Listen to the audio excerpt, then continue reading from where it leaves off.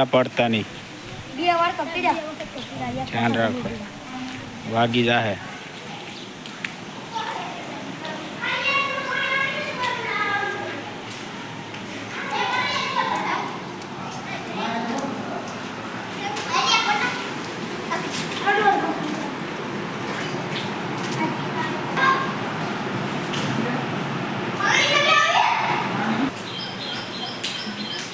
જો ભાઈ પીપાવ ધામની સ્કૂલની શું હાલત છે.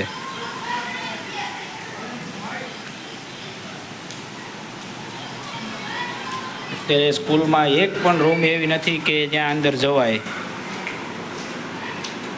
જો આ બાળકોને બેસવાની બેન્ચો, જો આ રૂમમાં આટલું ભાઈ પાણી આવી ગયેલું છે.